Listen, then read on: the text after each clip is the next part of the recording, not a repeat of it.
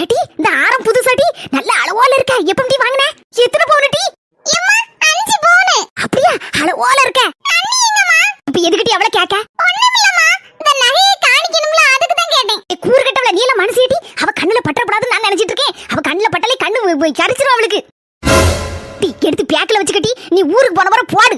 பேசி முடிச்சிட்டியாமா? இந்த நகை யார் வாங்கி தந்ததுன்னு நினைக்க நீ?